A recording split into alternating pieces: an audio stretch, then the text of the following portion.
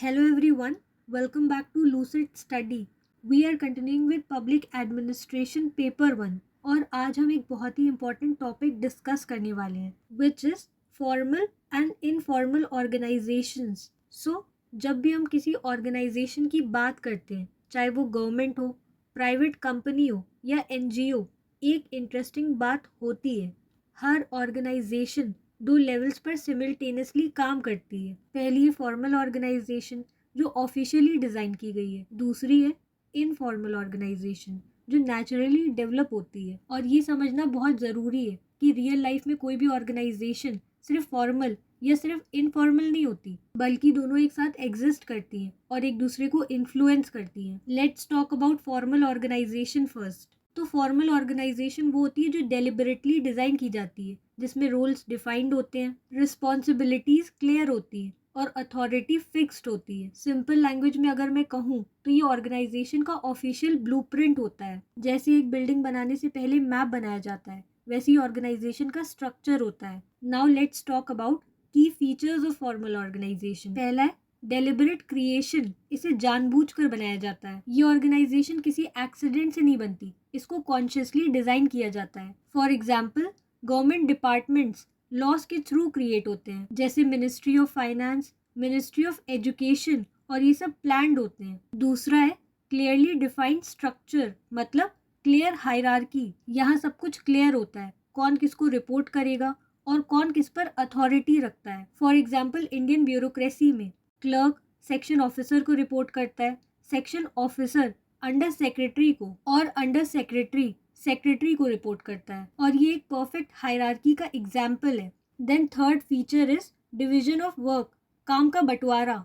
तो काम को छोटे छोटे पार्ट्स में डिवाइड किया जाता है ताकि काम में स्पेशलाइजेशन आए और एफिशिएंसी बढ़े.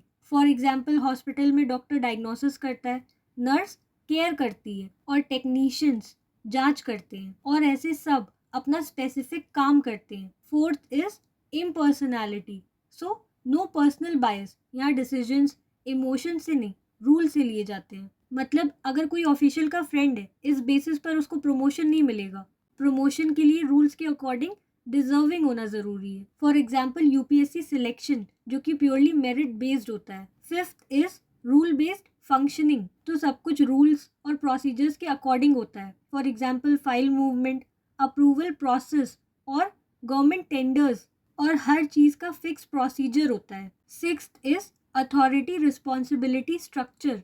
तो अथॉरिटी ऊपर से नीचे आती है और रिस्पॉन्सिबिलिटी नीचे से ऊपर जाती है. फॉर एग्जाम्पल बॉस बोलता है, ऑर्डर देता है और सबऑर्डिनेट उस पर काम करता है, और ऐसे अकाउंटेबिलिटी बॉस को एक्सप्लेन होती है. Now let's talk about advantages of formal organisation. तो पहला है क्लैरिटी इन रोल्स. सबको पता होता है कि उन्हें क्या करना है और इससे कंफ्यूजन कम होता है. दूसरा है अकाउंटेबिलिटी. अगर गलती हुई तो इजीली पता चलेगा किसकी रिस्पॉन्सिबिलिटी थी. तीसरा है एफिशिएंसी. सो स्पेशलाइजेशन से प्रोडक्टिविटी बढ़ती है. चौथा है स्टेबिलिटी. सो सिस्टम इंडिविजुअल से बड़ा होता है और लोग चेंज हो जाए तब भी सिस्टम चलता रहता है. पांचवा है कोऑर्डिनेशन. इसमें हायरार्की इंश्योर करती है कि सब एक डायरेक्शन में काम करें. Now let's talk about it's limitations. पहली लिमिटेशन है रिजिडिटी. तो फॉर्मल ऑर्गेनाइजेशन में रूल्स इतने स्ट्रिक्ट हो जाते हैं कि फ्लेक्सिबिलिटी खत्म हो जाती है, जैसे इमरजेंसी सिचुएशंस में भी फाइल अप्रूवल का वेट. दूसरा है डिले, रेड टेपिज्म. हायरार्की ज़्यादा होने से डिसीजन स्लो हो जाते हैं. फॉर एग्जाम्पल फाइल टेबल से टेबल घूमती रहती है. Third is it ignores human element. इंसान मशीन नहीं है, उनके पास इमोशंस होते हैं, बट फॉर्मल सिस्टम इस बात को इग्नोर करता है. Fourth is communication gap. ज़्यादा लेवल्स होने से मैसेज डिस्टॉर्ट हो सकता है. फॉर एग्जाम्पल टेलीफोन गेम जैसा इफेक्ट. नाउ अब बात करते हैं इनफॉर्मल ऑर्गेनाइजेशन के बारे में. तो इनफॉर्मल ऑर्गेनाइजेशन वो होती है जो नेचुरली डेवलप होती है बिना किसी ऑफिशियल प्लान के. ये बेस्ड होती है friendship, trust and common interest पर. एज सिंपल एज दैट ये ऑर्गेनाइजेशन का ह्यूमन साइड है. Now let's talk about its key features. First is spontaneous formation. तो ये अपने आप बन जाती है. फॉर एग्जाम्पल ऑफिस में अगर 4 लोग डेली साथ लंच करने लगे तो ऐसे ग्रुप बन जाएगा. Second is based on personal relationships. तो लोग कनेक्ट करते हैं because same mindset, same background and same interest की वजह से. Third is no fixed structure. तो इसमें कोई हायरार्की नहीं होती और कोई रिटन रूल्स नहीं होते। चौथा है फ्लेक्सिबल एंड डायनामिक, मतलब अगर ग्रुप आज है तो कल चेंज हो सकता है। फिफ्थ इज इमोशनल एलिमेंट, यहाँ डिसीजंस फीलिंग्स पर बेस्ड होते हैं। नाउ ये कुछ इनफॉर्मल ऑर्गेनाइजेशंस के एग्जांपल्स हैं, जैसे office friend circle, WhatsApp groups of employees, grapevine communication मतलब rumours network, and tea break discussions. अब बात करते हैं एडवांटेजेस ऑफ इनफॉर्मल ऑर्गेनाइजेशन। पहला है फास्ट कम्युनिकेशन, तो इनफॉर्मल नेटवर्क फास्ट होता है। फॉर एग्जाम्पल न्यूज़ पहले व्हाट्सएप ग्रुप में आती है और फिर ऑफिशियल्स सर्कुलर जारी करते हैं। दूसरा है इट बूस्ट मोराल, सो दोस्ती से जॉब सेटिस्फैक्शन बढ़ता है। तीसरा है इट फिल्स फॉर्मल गैप्स, जहाँ रूल्स रिजिड है इनफॉर्मल सिस्टम हेल्प करता है।